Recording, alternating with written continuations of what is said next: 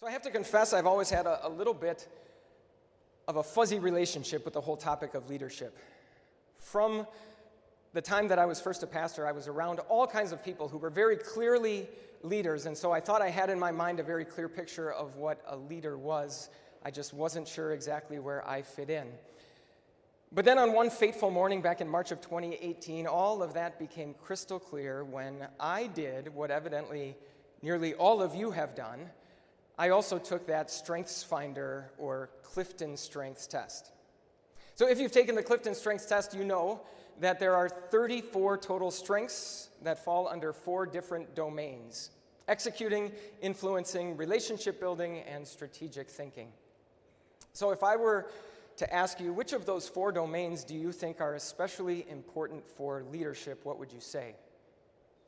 I would probably focus on 2 of them. First of all, relationship building. Leading sort of presupposes that there are people to be led. And then second of all, influencing. John Maxwell actually said, leadership is influence, nothing more, nothing less. And I'm guessing you're aware that under that domain of influencing is the one strength that is perhaps most synonymous with dynamic and charismatic leaders, perhaps the one strength out of all 34 that leaders covet the most. That's right, I'm talking about woo. There they are. There they are. I was going to ask for a show of hands, but one thing I guess about people with woo is you don't even have to ask them if they have woo. They will just let you know. So I decided I was going to take this test, and for some reason I decided I was going to take it when I was down at this big church leader conference down in Orlando, Florida. So as I looked around, I was surrounded by thousands of strong and dynamic leaders, including the handful of WELS pastors that I was there with. Everywhere I looked, there were people who were just dripping with woo. They had woo to spare. They had woo for days. They were oozing woo out of their every pore, and this is when I decided I was going to take this test, and here were the results. Not a single strength in the domains of influencing or relationship building. All 5 of my top 5 in the other 2 domains, out in the leadership darkness where there is only weeping and gnashing of teeth. So as you can probably tell, this was kind of a traumatic experience for me. In fact, I sort of over the years developed a picture of Don Clifton. He's the godfather of the Clifton Strengths test. I developed this picture of what he looked like in my head. So here I was, taking this test, trying to find out that I had some leadership capability, and along comes Don Clifton and he says, "Sorry, John Bauer, no woo for you." It was obviously much more than just a single personality test that has formed my conception of my leadership gifts over the years, but I have concluded, I'm guessing you know that there are some leaders, probably some that you even know, that you would follow anywhere. Leaders that you would run through a brick wall for. Leaders that you would jump out of an airplane for. Leaders that you would follow absolutely anywhere. And I don't think I'm one of those kinds of leaders. I might be the kind of leader that you would follow, perhaps, into a nice restaurant. If I told you that the food was really, really good, and if I volunteered to pick up the entire tab, then you might come with me. But thankfully, I eventually realized something. You see, I always thought that woo was just this made-up word, a word that referred to some sort of je ne sais quoi that every good leader possesses, but it's not. Did you know this? It's not just woo, it's actually woo. This trademarked term stands for something, and it stands for winning others over, which is great because it raises a very important question, a question that perhaps even people like me can help answer. Winning others over to what? I mean, it's one thing to be really good at influencing people to go in a specific direction, but you still have to answer the question, where are you taking them? We might think about it this way. This conference that we're at brings 2 very important words together, the words Lutheran and leadership. What happens when those 2 words come together? In other words, what does Lutheran leadership even mean? I know there's an entire keynote about this on Wednesday, and maybe they'll disagree with me, But if you ask me, Lutheran leadership does not mean that there is a Lutheran way to build relationships with people. It doesn't mean that there is a Lutheran way to influence those people, which is perfectly fine because there's also not a Lutheran way to solve a quadratic equation or a Lutheran way to play man-to-man defense. It is not Lutheran leadership, as if we are leading people in some trademarked Lutheran manner. No, instead, if you ask me, Lutheran leadership means leading people in a distinctively Lutheran direction. It means that the thoughts and the behaviors and the habits and the culture that you are trying to win people over to, the theology and practice, you might say, that we are trying to win people over to is, in fact, Lutheran. So then let me ask you this question. Of those two words, which do you think that our church body needs to improve at more? Why are we having this conference? Is it because we need to be better Lutherans? Or because we need to be better leaders? If I were to stand up here and insinuate that the people in this room need to be better Lutherans, I'm guessing those would sound a little bit like fighting words. And so I'm not going to do that.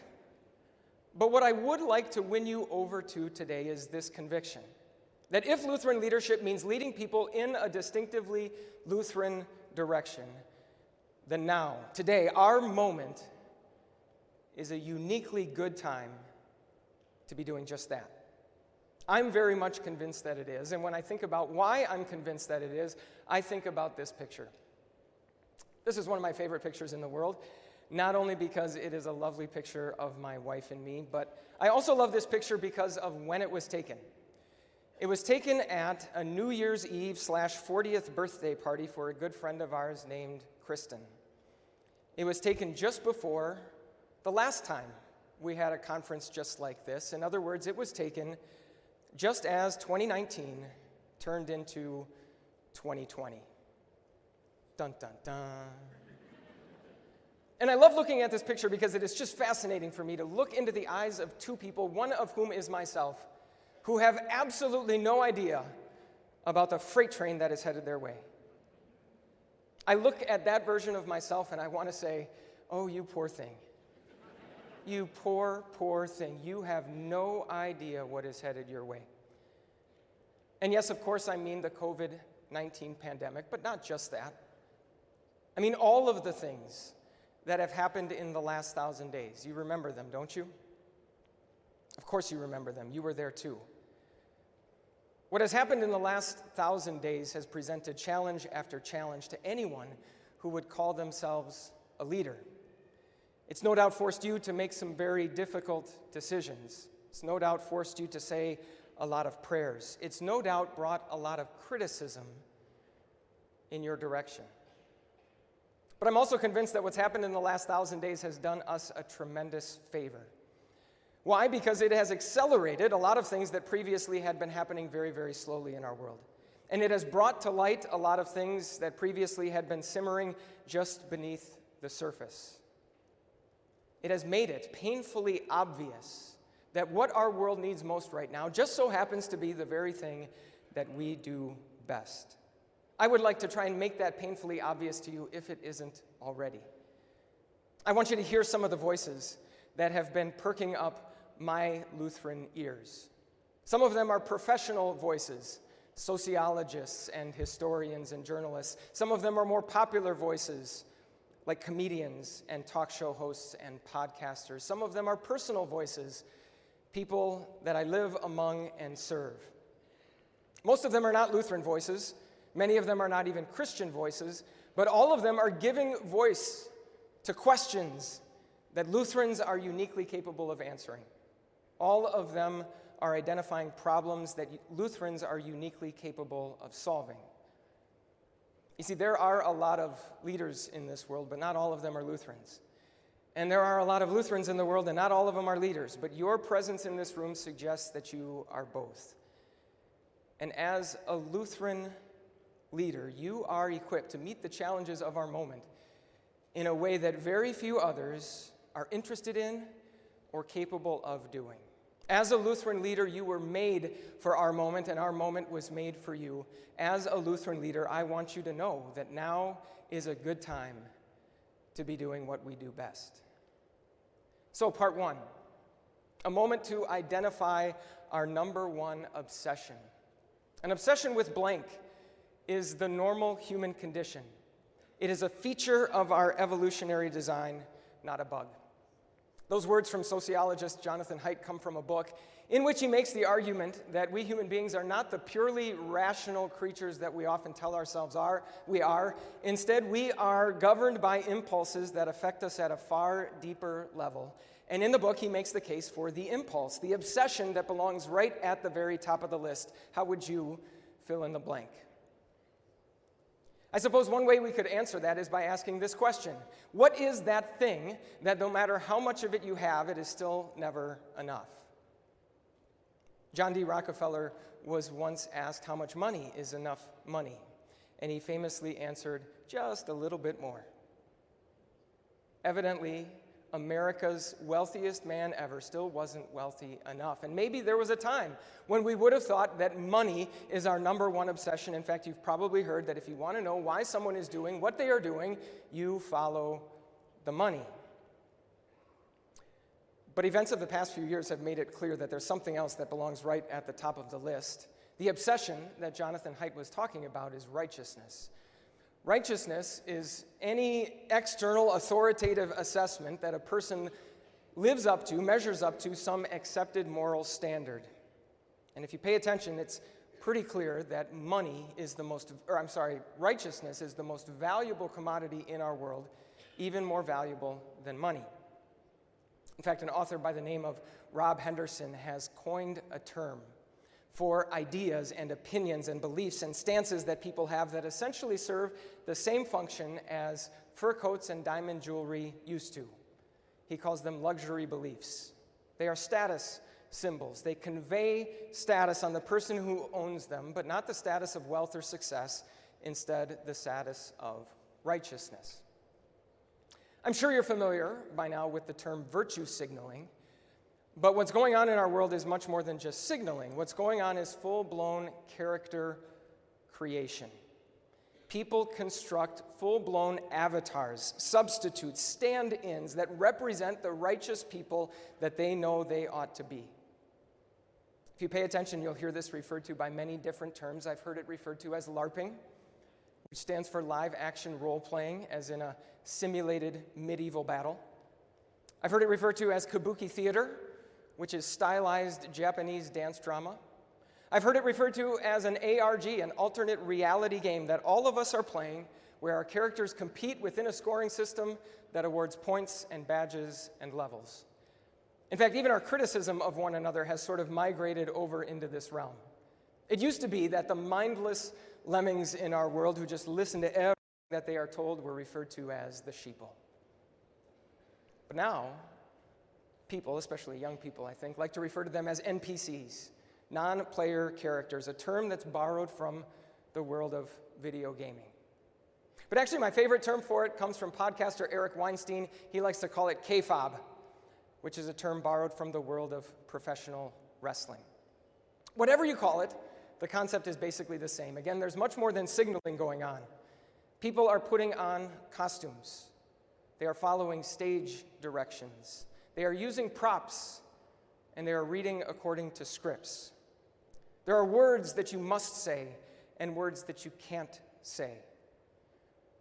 Recently, when the cryptocurrency exchange FTX suddenly collapsed, Sam Bankman-Fried made his first public comments in a DM exchange with a reporter.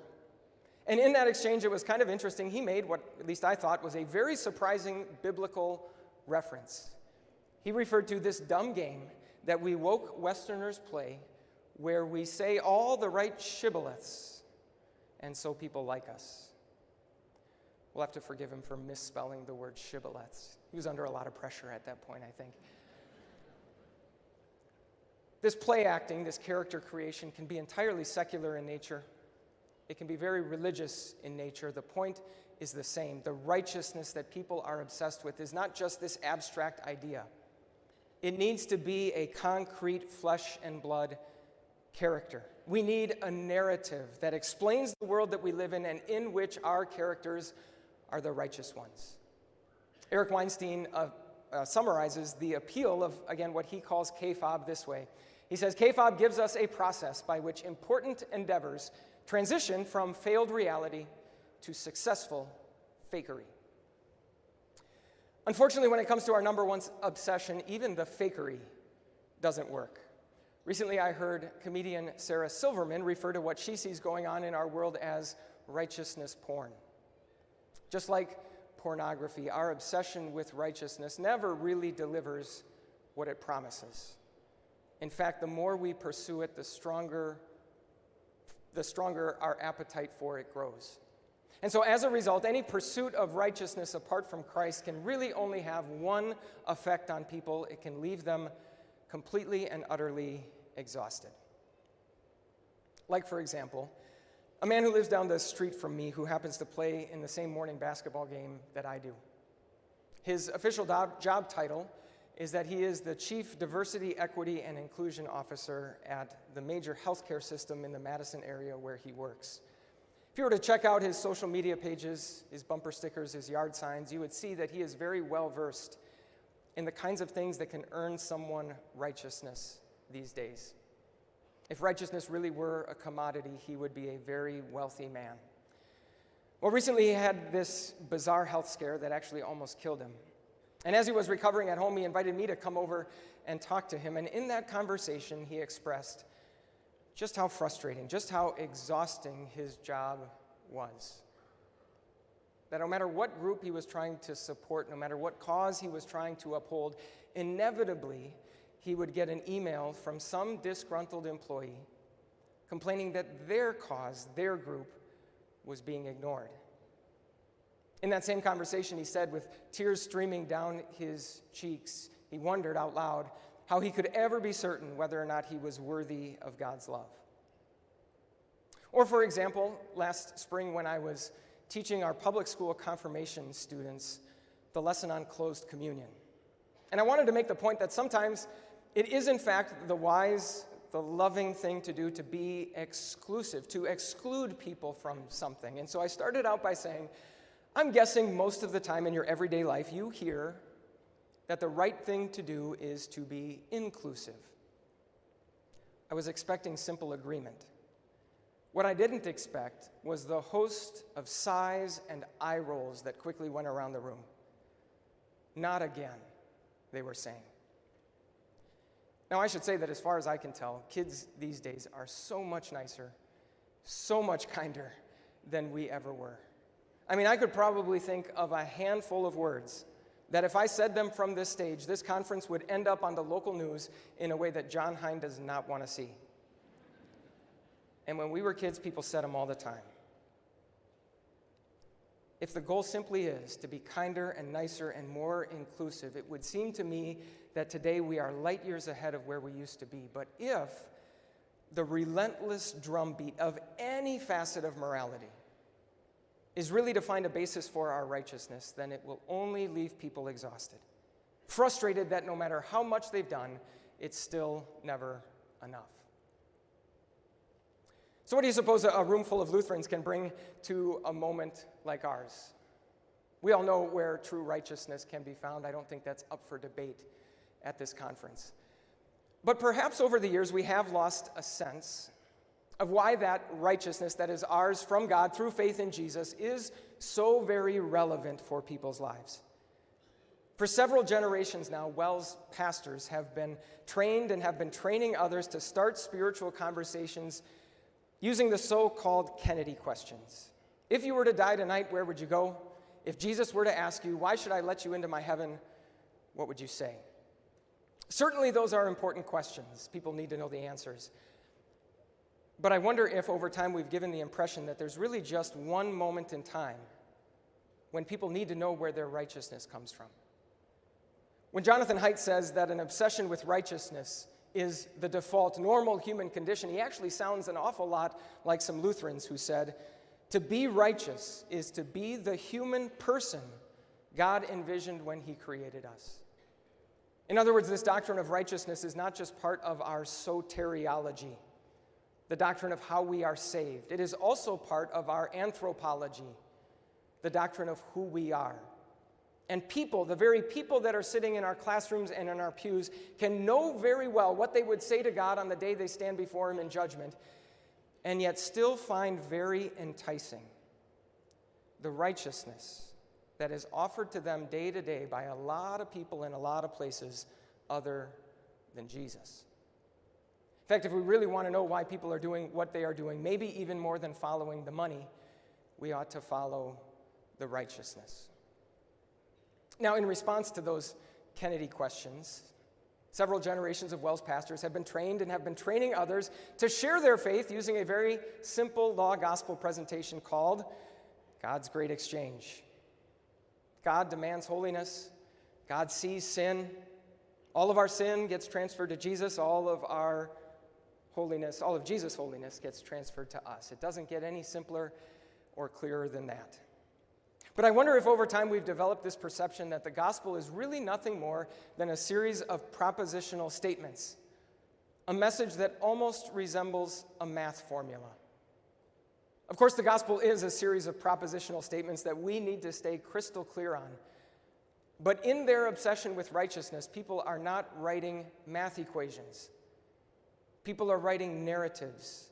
They are creating characters. And the gospel, of course, is that too. It is a narrative, and it is a character. In a world full of LARPing and kabuki theater and ARGs and K-fob, the gospel offers us vicarious atonement. It offers us Jesus as the ultimate avatar, the perfectly righteous substitute and stand-in that all of us need. And it's really those two things brought together. The gospel as propositional statements and the gospel as narrative that truly has power in our world. Because one without the other won't do. In our area, the mainline Protestant denominations that are part of our community tend to follow a church year and use a lectionary that's very similar to ours. And so it's interesting at times to listen to sermons that were preached on the same day and on the same text. A couple years back, I was listening to a local sermon that was preached on John chapter 2, Jesus cleansing the temple for the second Sunday in Lent. Here was the outline for the sermon. Part 1, Jesus was the perfect Son of God, and here was this time when he got really angry. So point 2, obviously it is okay for us to get angry too. In fact, here are some things that are going on in our world that God would want you to be angry about. Part 3, in his anger, Jesus took action. And when Jesus took action, things changed and things got better. And so part 4, if you and I team up with Jesus, and in our action, or in our anger, we too take action, we can make the world a better place. The story was there, same exact story that I preached on that morning, but the propositional statements, the law gospel lens to help us see that story correctly was completely missing. It can go the other way too, of course. The evangelical churches in our area tend not to follow a church year or use a lectionary. I've listened to the sermons of one preacher in particular several times, and they all seem to follow the same basic pattern. They start out with what I would describe as a 3-minute mini devotion on Romans chapter 3. All have sinned, all deserve God's punishment. The only way to be saved is through faith in Jesus as your Savior. And then what follows is about 45 minutes of marriage advice from Song of Songs, or leadership lessons from Nehemiah, or parenting tips from Proverbs. So the propositional statements are all there just as clearly as if I were the one delivering them, but the narrative is missing. In fact, the narrative has been replaced. The narrative of Jesus, the narrative of the gospel has been replaced by the narrative of personal self-improvement. We Lutherans are not the only ones, of course, to know where righteousness comes from, but we are the ones who refer to this as our first and chief article. How about that? Our number one obsession lines up so nicely with our first and chief article. What a blessing. That's a blessing that's important to remember, especially if your town is anything like mine, where there are churches that basically now year-round have various signs and flags and banners of many, many different colors that let everybody know where those churches stand on certain social issues. we might ask ourselves, what makes our church different from those churches? Is it because we have a biblical position on marriage and family and gender? We certainly do. But even more than that, the difference is that we have a different first and chief article. I've asked our members a time or two if there were a counterpart flag, a flag that just perfectly captured everything that the Bible says about marriage and family and gender, would we fly that flag in front of our church? We need to remember that the counterpart, the solution to the false gospel of pride, is not the equally false gospel of conservative family values. We have a different first and chief article. In fact, I had to smile recently at something that I saw on Facebook. Here's that picture of our newly constructed church. There was a sign company in town that helped build the steeple and the cross that went on top of the church, and after the project was complete, they posted a video of the installation. Now, I realize full well that putting a cross on top of your church is not some new and revolutionary idea. Just about every church in the world does it, but I couldn't help but smile at the comment. The person said, "Wow, I know Jesus is a big deal, but in this church, he is enormous." Hopefully, they would reach the same conclusion if they came inside and listened to a sermon. So what if ours is a moment where our number one obsession is clearly righteousness, and people's pursuit of that righteousness apart from Christ is leaving them exhausted? It would seem that now is a good time to be doing what we do best. It was a Lutheran who said, the first and chief article is this: all have sinned and are justified freely, without their own merits, by God's grace, through the redemption that is in Christ Jesus. And another Lutheran added, it is the chief article for a reason. Not only is this the chief article on which the church stands or falls, but this is also the chief article on which individuals stand or fall.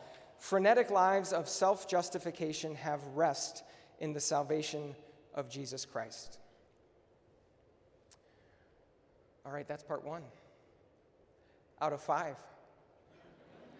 It's okay, it's good for the first and chief article to be the longest. Things will pick up from here. Part 2, a moment to do real good for real people. Utopianism lacks sophistication. It is the game of performers, not those who actually get things done for real people. These words come from a book by Columbia professor John McWhorter, in which he makes the case that what he describes as third-wave anti-racism, and it's important to know exactly how he defines that. He makes the case that that is a new American religion. That's not at all a compliment coming from John McWhorter, because he is no fan of religion. Perhaps his biggest complaint is, again, what he calls third-wave anti-racism, is that it doesn't do and it isn't concerned about real good for real people. In fact, in the book, he makes this comment that I think the people in will find interesting, especially today. He says, drifting from a commitment to changing society toward a narrow commitment to signaling antipathy to racism, anti-racism's progress has taken it from the concrete political activism of Martin Luther King to the faith-based commitments of a Martin Luther. Now, those are some fighting words that maybe we'll have to come back to. In all of the character creation that goes on in our world, I mentioned that people use props. Those props might be yard signs or bumper stickers or flags, but ultimately, at the end of the day, the props end up being people. Anytime the real reason for any virtuous cause, whatever it might be, John McWhorter picks on one, but it could be any. Anytime the real basis, the real reason for that cause is our own righteousness, whether or not people benefit becomes of secondary concern. In fact, some Lutherans have the very same criticism that John McWhorter does. Works done on the premise of becoming righteous before God are ultimately works done not for one's neighbor, but for the glory and salvation of self. In the process, the neighbor either becomes instrumentalized as a means to an end or devalued as of little use. If you pay attention, people are starting to see through this. They're starting to take notice. Maybe you caught wind of what happened right before Christmas when the University of Stanford came out with this long list of words that they wanted to discourage people from using as part of their so-called Elimination of Harmful Language initiative.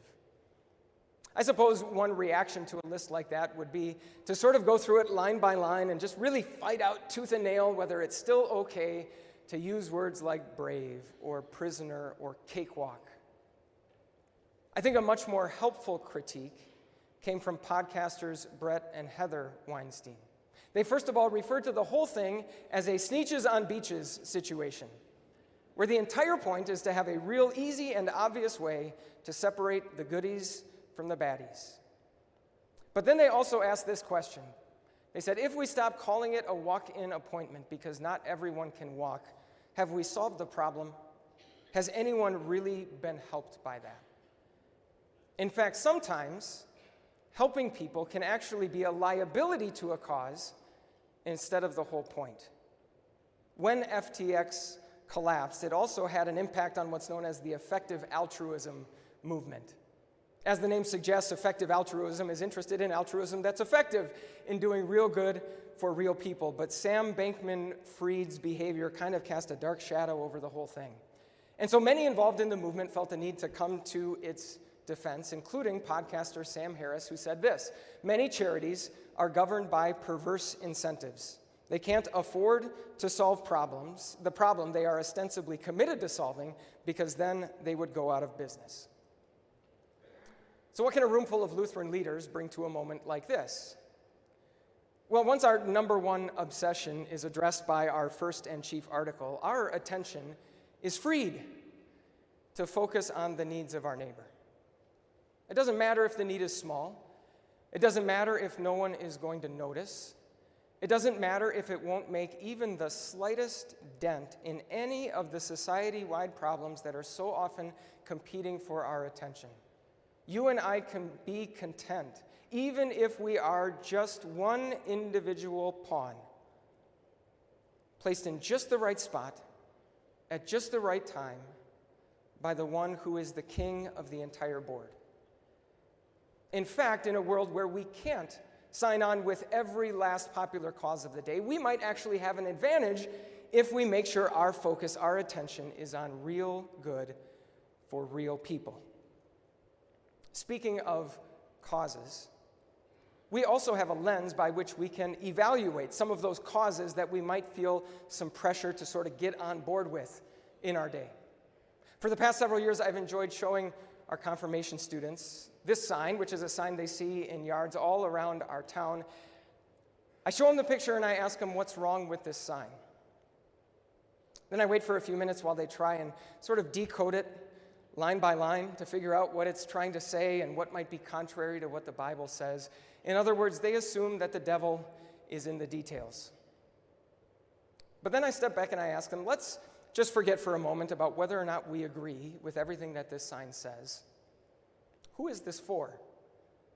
If I were to put this sign out in my front yard, and 100, 200 people would ever see it, all of whom already have their minds made up about all of the issues that are raised, is there one real tangible way in which one person has benefited from that?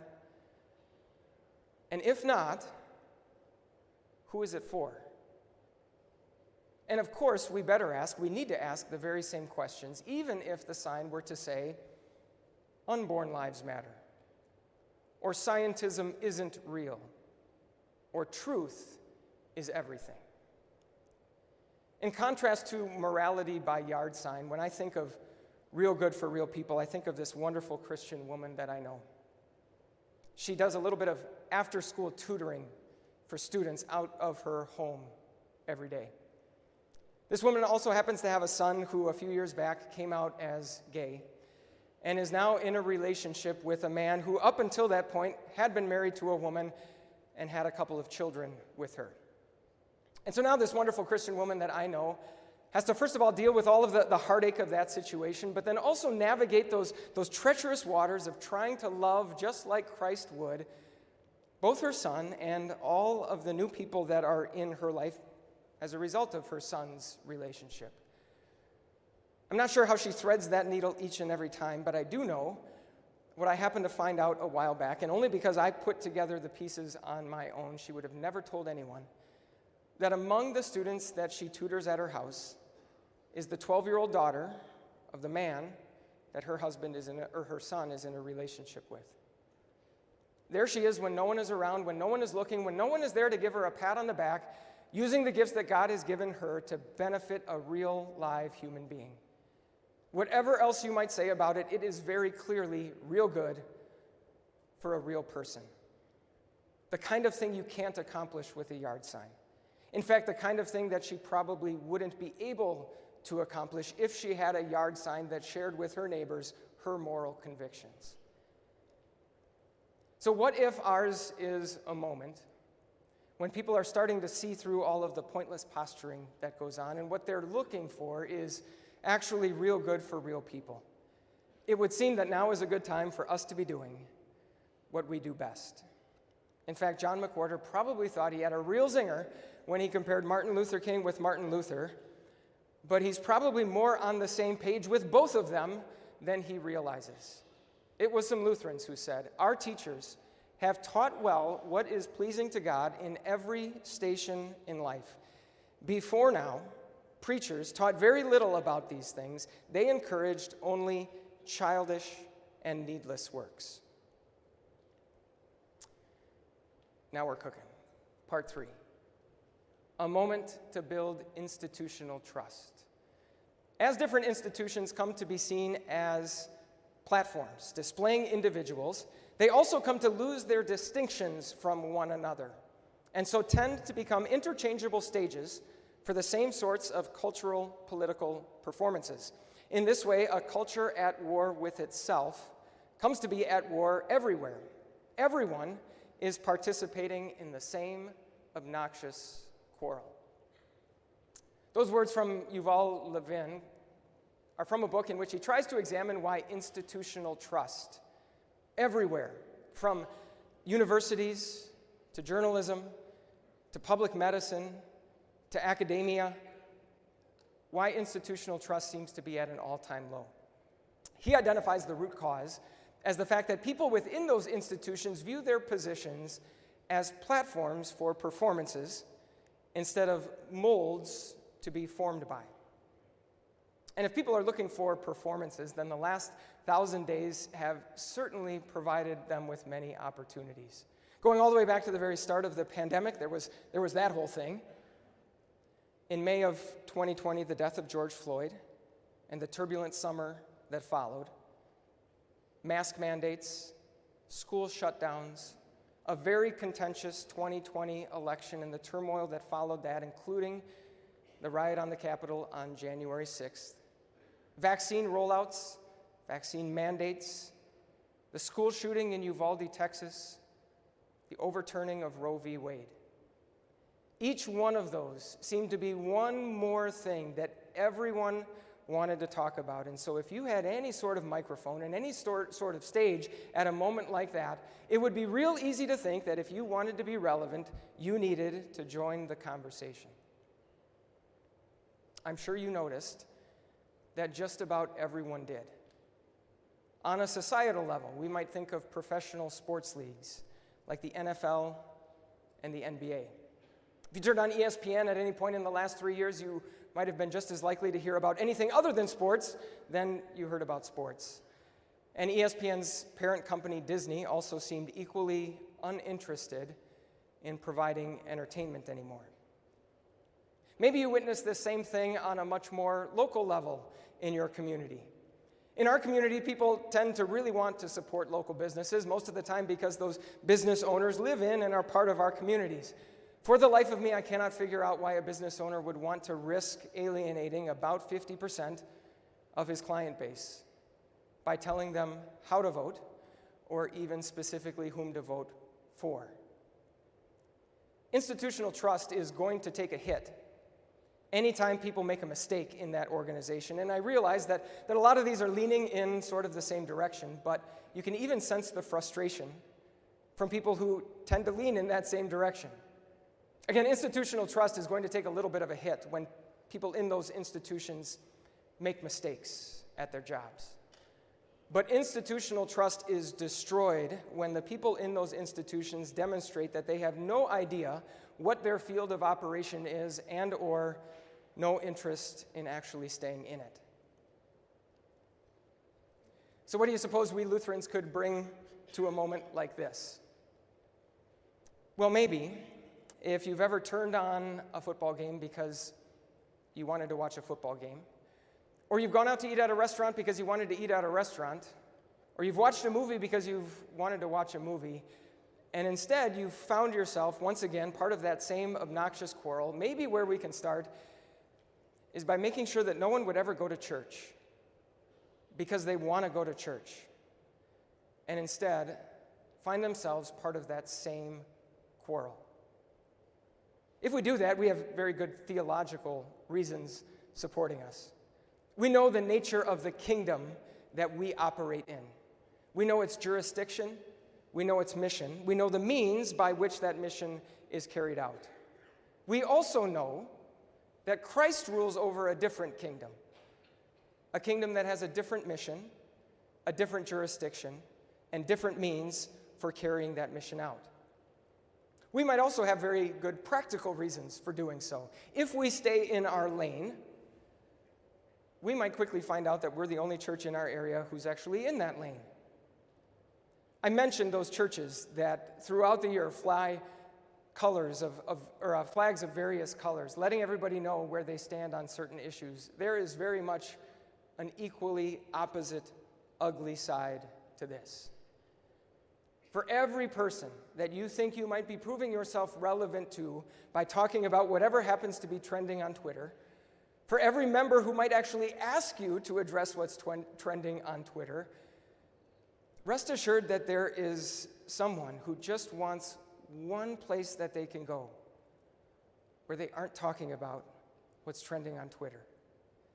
And that doesn't mean that we can't talk about difficult topics, but at the very least, we ought to recognize that when we do, the obligations of our position are a little bit different than they are of, say, Tucker Carlson or Rachel Maddow. So what if this is a moment where people are getting a little bit sick of finding the same obnoxious quarrel everywhere that they go? What if this is a moment where maybe the best way to rebuild institutional trust is to demonstrate that we don't view our positions as platforms? It would seem now is a good time to be doing what we do best. It was some Lutherans who said, "The power of the church and the civil power must not be confounded. The power of the church has its own commission to teach the gospel and to administer the sacraments. Let it not break into the office of another." Part 4, a moment to embrace embodiment. Their desire is rooted in misanthropy. Meat space, yuck. The world as we know it, the thinking goes, is a place of death and decay, where mind, the true essence of the human, is subordinate to the flesh. Their goal is to liberate the mind from its bodily trappings. That word meat space is what's known as a retronym. It's a new term that is invented for something old because the old term needed clarification because of some new development. So incandescent light bulbs used to just be light bulbs, and snail mail used to just be mail, and meat space used to just be real life. This rebellion against meat space and this disgust for meat space that Nicholas Carr was writing about, I'm guessing that you've dealt with it in your ministry, maybe especially in the last 3 years. For example, you've probably had to deal with this increasingly prevalent idea that a person's biological sex and their gender identity are different things. You've probably had to have delicate but difficult conversations about people and even with people who struggle with that issue. I'm guessing that you've also had to deal with the whole question of how the church should carry out its work in a pandemic and post-pandemic world. At a time where a seemingly endless number of retronyms are springing up, where it seems like every activity that we do needs to be either clarified as online or in person. I'm guessing that your churches and your schools opened their doors and kept those doors open as much as they possibly could in the last 3 years, but maybe you noticed what I noticed, that people were not so eager to come running back through those doors. And I suppose it's just a coincidence, but those two very different challenges, seemingly different challenges, that I'm guessing all of you have had to deal with are very much related to one another. I suppose it's just a coincidence, but actually the same prefix is associated with them both. In one case, it happens to be in Latin. In the other case, it happens to be in Greek, but in both cases, it means to go across or beyond, to traverse some boundary. In this case, the boundary of the body. And in case you were wondering, what Nicholas Carr was writing about had nothing to do with gender reassignment surgery or hormone therapy. Instead, he was talking about VR goggles and augmented reality. In other words, it had nothing to do with anything trans, but everything to do with meta. What should the church make of all things online? Is it a reformation? Is it a revolution? Are these tools to us what the printing press was to Martin Luther, as sometimes has been suggested? There are certainly, of course, people who think so.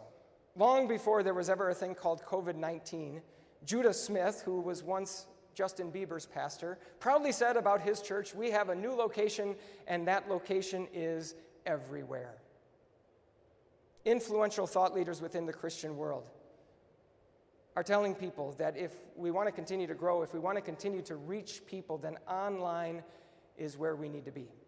Now, most of them will still say that in-person gatherings are preferred, but it's kind of interesting that they never really seem to have a concrete reason for that. After the pandemic, some won't even go so far as to say that. Andy Stanley likes to say that gathering in person is not the church's mission. Instead, it's just a model for carrying out that mission. And then he likes to add, you marry the mission, you only date the model. Ha ha ha. Some would go so far as to suggest that new church plants in our world should never consist of brick and mortar buildings. Instead, they should just be video recording studios. The logic sometimes goes like this: why spend millions to reach thousands when you can spend thousands to reach millions? Now, that logic seems unassailable, but unfortunately, the logic is running into a brick wall called reality.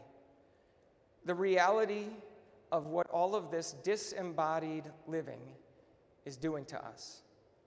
If you pay attention, you will hear people compare what our online interactions do to us to what a drug-induced high does to real joy, or to what a stop at a fast food restaurant does for real hunger. It simulates the thing that you are after. It certainly keeps you coming back for more and more, faster and faster, but all the while it is keeping you from ever having the real thing. The popular Netflix documentary Social Dilemma did a lot to raise awareness about this, including introducing the idea that in the world of social media, users are not customers, they are the product. The customers are the advertisers that actually pay money to these companies, and what they are buying with their money is you, specifically your attention. Recently, I read someone who took this just one step farther. He said, really, users are not the customers or the product. Instead, they are the fuel. Each one of us is like a log that's thrown onto the fire that keeps this immensely profitable and powerful machine running, used up without mercy. That article that I quoted from Nicholas Carr, he wrote shortly after Facebook's big October 2001 Meta announcement. And in that same article, he said this: "It is now widely accepted that Facebook has been a calamity for the world. Most people would assume that the obvious solution is to get rid of Facebook. Mark Zuckerberg has a different solution: get rid of the world." We'll see, I suppose. But I think we can say that there is a special level of ignominy reserved for people in power who keep pushing people down a certain direction, even after that direction has proven to be harmful to them. We here in the church did not invent these platforms. We are not the engineers of our online living, but we do get to decide how we are going to use these platforms. We get to decide whether what is evidently good enough for UW Whitewater is good enough for us. We get to decide what our vision of a full, rich, robust relationship with Christ and his people really looks like. We get to decide whether we are going to engage with people in this space in a way that drives them deeper into that space or in a way that maybe rescues them out of that space.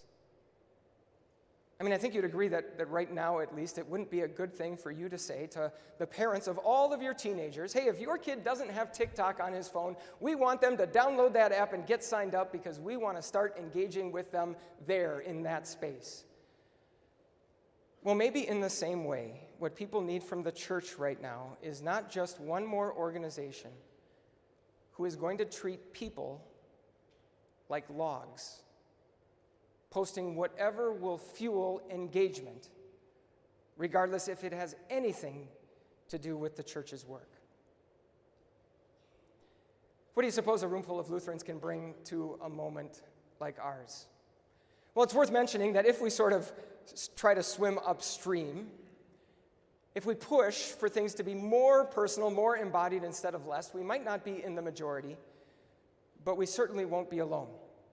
For every voice that is pushing for all things online, there is a voice that is pushing in the opposite direction. The names probably aren't as big, neither are the book deals or the podcast audiences, but they're out there. But what's interesting to note is that just as those who are pushing for online but are still willing to grant that in-person is preferable can't seem to really articulate why, those who are pushing for more personal have their reasons, but their reasons always fall just shy of being Lutheran reasons. You'll hear what we might call first article truths about how God the Father created human beings with both a body and a spirit, and those bodies are important for everything that we do. You will hear what we might call second article truths, how God the Son took on a human body and used that human body to redeem people in their bodies. But it's really the third article truths that make us distinct as Lutherans, how God the Holy Spirit also sanctifies people bodily. God's grace is delivered to us, not just as content. It's not data. God brings his grace to us by using human bodies in service to other human bodies, and every single one of those bodies has a different face on it that receives God's grace and reflects God's grace in a slightly different way. Andy Stanley was partially right when he said that gathering together in person is not the mission of the church. It's not. But it's also not a model that we can date for a while and then choose to dump at some later date. Instead, gathering together around the gospel is the essence of the church. It just is what the church is, and without which the church is not. So maybe what the world needs from us right now is not just a church body that's bound and determined to keep their doors open, or to do things exactly like we did them in 2019. I mean, what if the reason that so many people were so quick to stay at home for so long, just passively consuming our content, evidently perfectly fine with the fact that they would never have any sort of interaction with anyone from their church family? What if the reason for that was because they had been doing that exact thing for years prior, while they just so happened to be coming to church? What if we made sure that we treated our congregations not as audiences who are there to consume what a few talented professionals up front are producing, but instead made sure that we were treating them, as one author put it, as the cast of a Broadway musical. Every last person having a role in the gospel drama that unfolds that morning. Everyone having a part, everyone knowing their part. What if we didn't just say to the teenager who is convinced that she is gender non-binary, that her body actually matters, but we treated her, and everyone else for that matter, as if their body matters when we gather as a church family? What if instead of trying to repackage the sermons that pastors with huge online followings have, what if instead of leading our worship services by streaming YouTube recordings of Getty hymns as actually performed by Kristen Getty, we instead did everything that we could to double down on the talent that's in the room. Yes, perhaps the slightly inferior talent, but the fully embodied and fully authentic talent. I mean, it sounds all fine and good to say, why spend millions to reach thousands when you can spend thousands to reach millions? But here's a news flash. If our church body is going to start 100 new churches in the next 10 years, the millions that they are going to be spending is not on brick and mortar. It's on flesh and blood. And so if all we really need are video recording studios, then all we really need is one. And the rest of us, preachers at least, are going to find ourselves out of a job. What if our churches became these increasingly rare places in our world where people weren't just algorithmically shuffled into identity groups and echo chambers, but instead where real people with real differences were forced to live with one another and learn from one another and love one another? During the pandemic, I had 2 families from my church who informed me that this no longer really felt like their church home and they weren't planning on attending anymore because of opinions about the pandemic that they had seen from other members of the church. It's kind of interesting. One family was concerned that others seemed to be taking the pandemic too seriously, and the other seemed to think that others weren't taking the pandemic seriously enough. But what's even more interesting is that in both cases, the families had only seen those opinions posted online. In other words, they had decided that they could no longer be in the same room as these people after not having been in the same room as these people. And so at first my reaction was to say, boy, I wish just everyone would stop posting their opinions about the pandemic online. But then I realized that plenty of others of us had experienced the same difference of opinion, only we had experienced that difference in person. When you can work those things out, when you can get over those things instead of letting it lead to division. I mentioned before that the types of people who are pushing for more personal, more embodied forms of ministry include some names that maybe aren't as big as some of the others, but there's at least one whopper on the list. A name that's far bigger, who has sold far more books and has a far bigger podcast audience than any of the other influential Christian thought leaders. Best-selling author, there he is, Malcolm Gladwell, was a guest on a church leadership podcast that I sometimes listen to. Not the usual source of advice for church leadership advice that you might go to. But at the end of the episode, the host asked Gladwell this completely open-ended question. He said, if you could give one piece of advice, any piece of advice to church leaders, what would it be? And his response was, you need to gather in person. Honestly, before this, I didn't even know that Malcolm Gladwell was a Christian. Evidently, he's a confessional Lutheran. Who knew? He's not really, but that'd be pretty sweet, right? So what if ours is a moment where people are starting to realize that our rebellion against meat space is ruining us? And what if ours is a moment where people don't need us to add the words online, at least in front of certain important words like community and fellowship and worship? Because when that word is added, those other words completely lose their meaning. It would seem that now is a good time for us to be doing what we do best. Some Lutherans said, the church is the congregation of saints in which the gospel is purely taught and the sacraments correctly administered. All right, last but not least, a moment to face our finitude. This is what might be termed the paradox of limitation. The more you try to manage your time with the goal of achieving total control and freedom from the inevitable constraints of being human, the more stressful, empty, and frustrating life gets.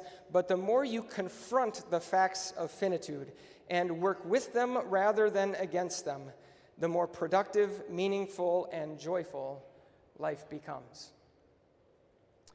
So ever since the Tower of Babel, what happened at Babel, a certain cycle that happened at Babel, seems to be repeating itself.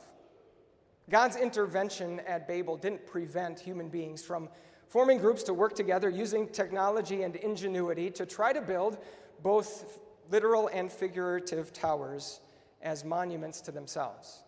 In fact, anytime a new innovation comes along, it seems as though someone says, now finally we are going to reach the heavens. But usually what follows that sky-high optimism is disastrous ruin. At some point, every tower topples. You could certainly understand the optimism about our moment.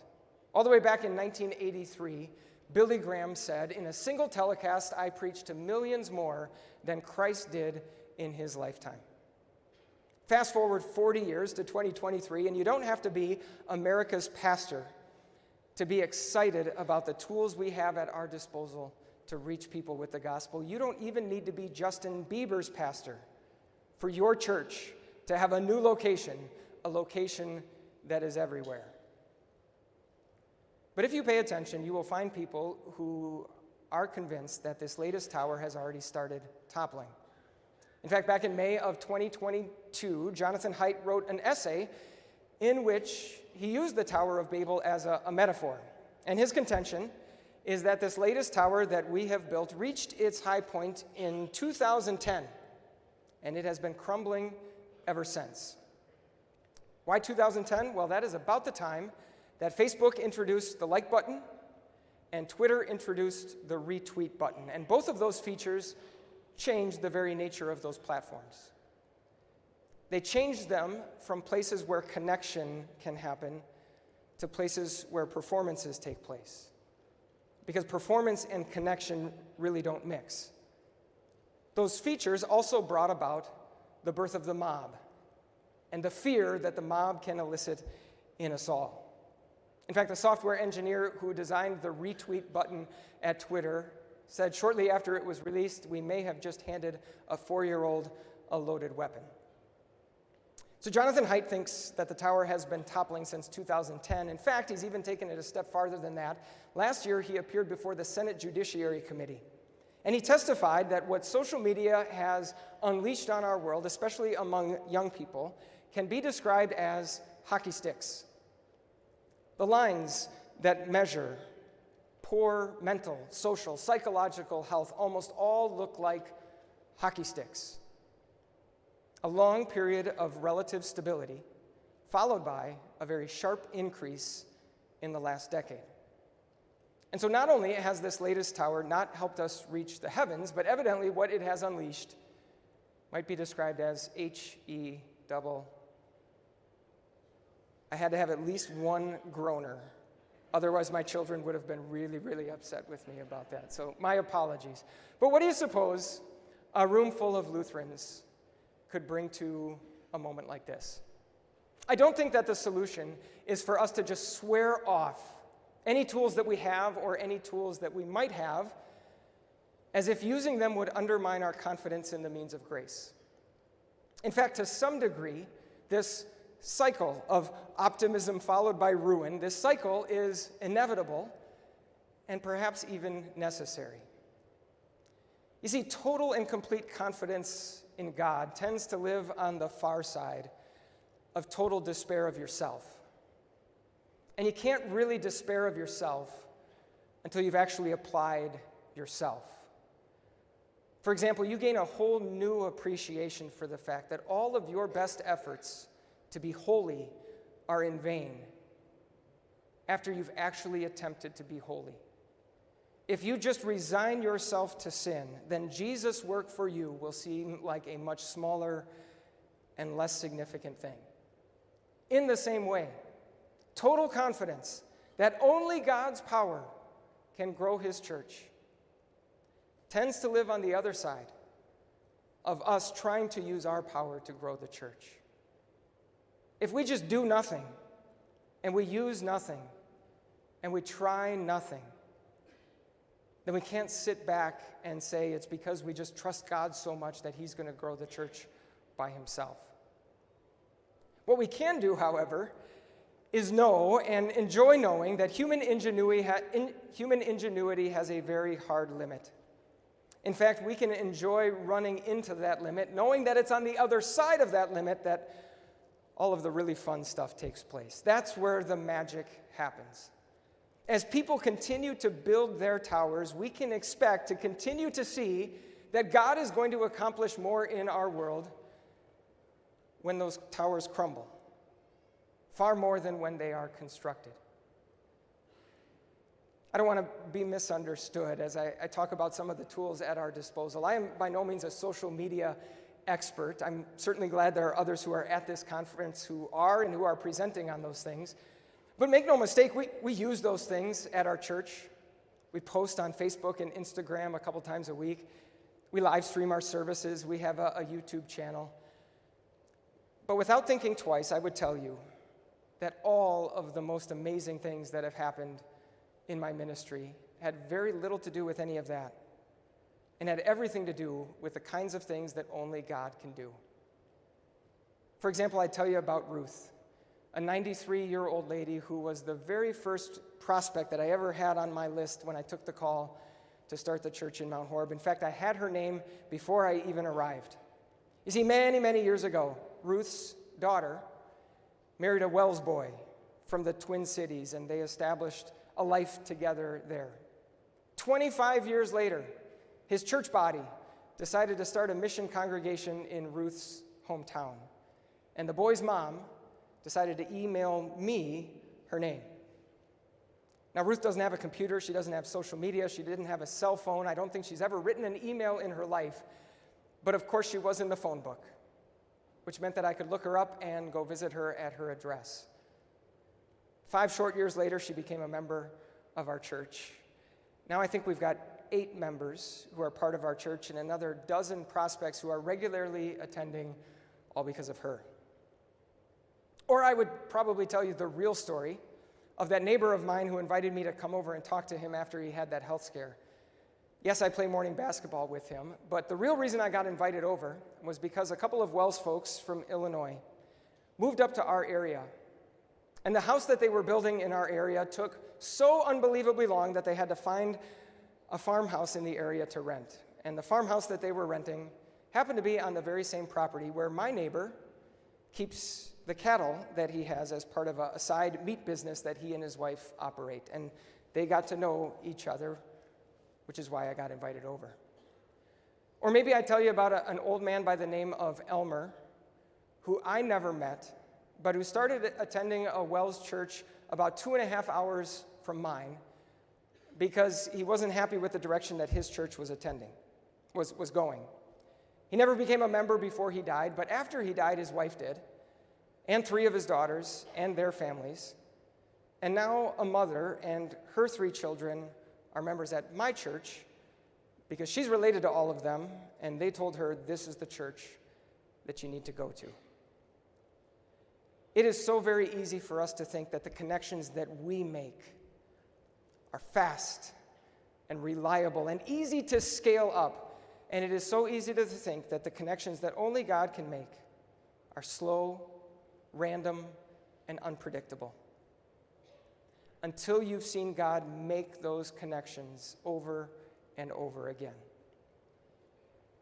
And knowing that all of the really good stuff, all of the magic happens on the far side of our limits, I think also helps us think about and talk about in the right way what's on the near side of our limits. In other words, we might say what is within the domain of our strengths. Since there's only so much time for you to boo me off the stage, let me give you a quick example. I understand why people take the Clifton Strengths Test. I did. I understand why our church body asks for our 5 top strengths that they use in that little profile that gets put out on call lists. I even understand why I get emails where people's 5 strengths are listed in their email signature. I really do. But at the same time, I would just love it if someday I would get an email where someone goes all Apostle Paul, 2 Corinthians 11 on the whole thing. In other words, they wrote an email and then at the bottom it said this, or something like this. Please put up with just a little bit of foolishness. Because so many others are talking in this way, I am going to talk this way too. Here they are, my top 5 strengths. But don't think for a second that I think this is where the magic happens. If you and I are going to have any sort of positive interaction, anything good is going to come of this, don't think that I think that this is where it will be. In fact, in all likelihood, it will be outside of those strengths in a completely different domain. Because God's grace and God's power are made perfect, not in my strengths, but in my weaknesses. That's a really long email signature, but like I said, it would just make my day to get an email like that. In fact, I think probably the most magic I've ever seen in ministry came well beyond the domain of my strengths. It was one of those moments that you replay in your head 1,000 times over and over again, dying of embarrassment every single time that you do. A good friend of ours named Kristen, who had the 40th birthday / New Year's Eve party, she and her husband and this entire circle of friends that they have were over at our place one Halloween before the kids were all going to go out trick-or-treating. And at one point in the afternoon, I thought it would be a wonderful idea to introduce all of these friends of ours to our vicar and his wife, who were new to the area at the time. And for reasons that I still cannot explain, as I went around the room, I completely blanked on the names of several people, including one of my wife's best friends, whose family doesn't go to church, and who my wife had been working on patiently for several years. I forgot her name in front of a room full of people, including my vicar. What a clueless and wooless idiot I was. Well, a lot has happened in the 15 months that have passed since then. The following year, Kristen's dad got sick, which allowed me to have a lot of time to spend with him and his wife and the rest of their family, sharing the gospel, praying, singing hymns together. When he passed away this past fall, they invited me to lead the graveside service. And so I had the opportunity to stand there and preach the gospel to everybody that was there, including this really good friend of my wife's. In fact, it was almost a year to the day since I had forgotten her name. And then this past Christmas Eve, our very first service in our new church, she and her family attended for the very first time. So we'll see, right? The point is, in this land, in the land of weakness and embarrassment, and idiocy and incompetence, and sickness and sadness and death, this, the land far beyond our limits, my own wasteland of woolessness, is not a place for weeping and gnashing of teeth. This is where the magic happens.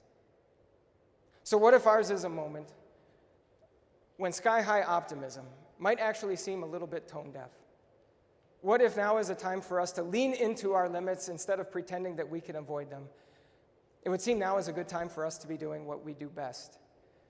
It was a Lutheran that once said, "It is certain that man must utterly despair of his own ability before he is prepared to receive the grace of Christ." I said at the beginning that I found that I might be the type of leader that maybe you would follow into a restaurant if I told you the food was really good and I offered to pay. I'm not offering to pay, by the way. I know our dinner time is next. But maybe you've had it happen to you where you have tasted some really good food and it has caused you to wonder, well, what's in it? What's the recipe? I know I'm standing in front of a group of Lutherans with very sophisticated palates, and so you have no doubt been picking up what I've been trying to serve for the past hour plus. But I tried really hard not to name the ingredients by name because I wanted you to see the entire recipe all at once. It seems to me that ours is a moment to identify our number one obsession, to do real good for real people, to build institutional trust, to embrace embodiment, and to face our finitude. It seems to me this is what people are hungering for.